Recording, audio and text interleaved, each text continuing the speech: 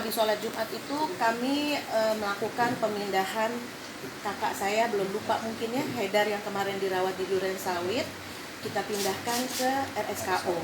Kenapa dipindahkan? Karena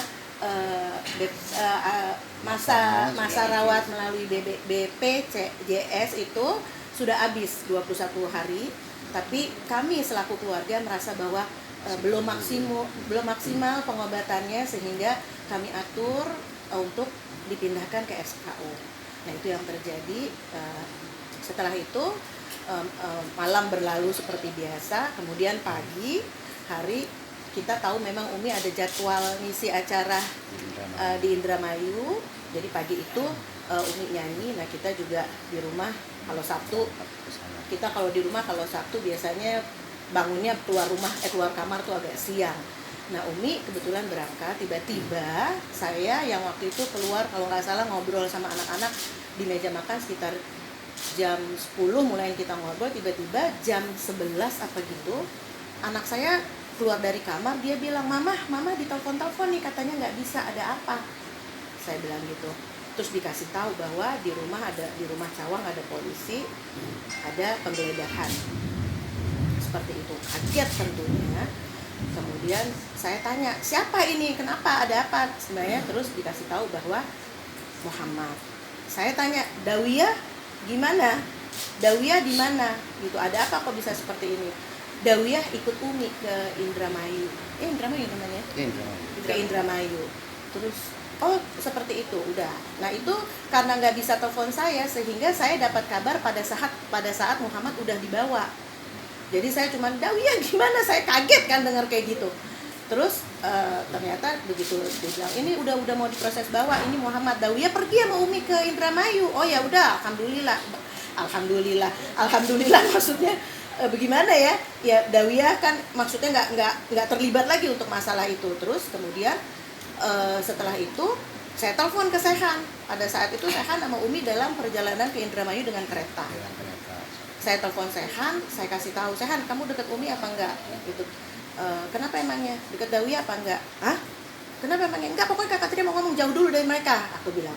Kenapa? Terus saya kasih tahu, karena saya harus jaga supaya Umi enggak denger dulu sampai menyelesaikan tugasnya tentunya. Kalau enggak kan bisa kaget, bisa mengganggu pekerjaannya. Jadi saya bilang, Sehan terus masuk ke toilet, terus gerbong kereta dia masuk, terus kamu telepon saya, aku bilang. Terus dia telepon, terus aku bilang, ini ada kabar begini gitu. Loh kenapa dia?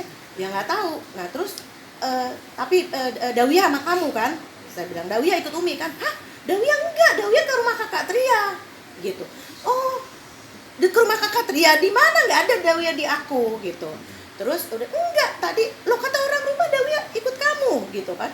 Terus enggak, perginya memang bareng-bareng katanya gitu. Perginya memang bareng-bareng, tapi Dawiyah tuh ke rumah kakak Tria.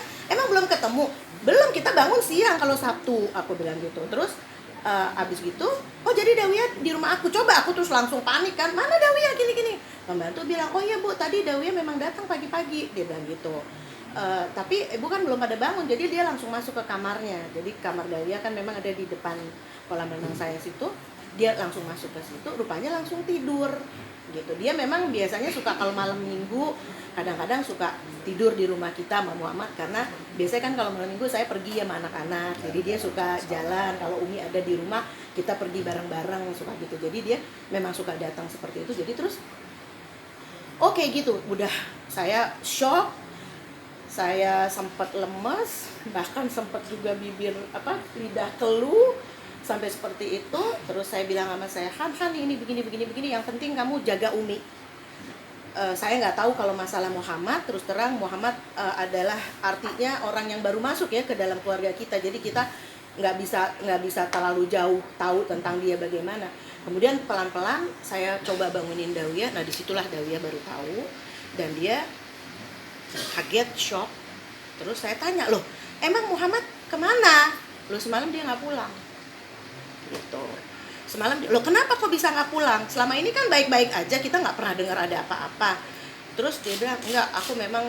Terus dia nangis, kenapa gini, aku emang ribut Kak gitu. Rupanya ada ribut gitu. Jadi Ya nggak tahu ceritanya seperti apa.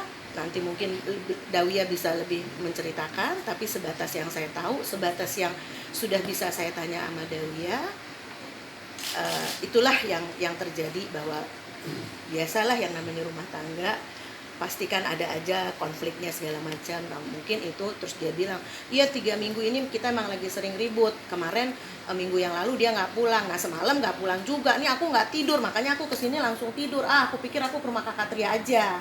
Terus dia, loh dia kenapa jadi begini lah? Aku juga nggak tahu gitu kan. Nah, nangis. Jadi kita tenangin, aku terus nenangin Dawia, karena Dawia juga kelihatannya agak shock dengan nggak nyangka juga kalau Muhammad kok jadi nekat kayak gitu sampai nggak bisa nguasain dirinya, entah masalahnya apa atau apa, saya nggak ngerti.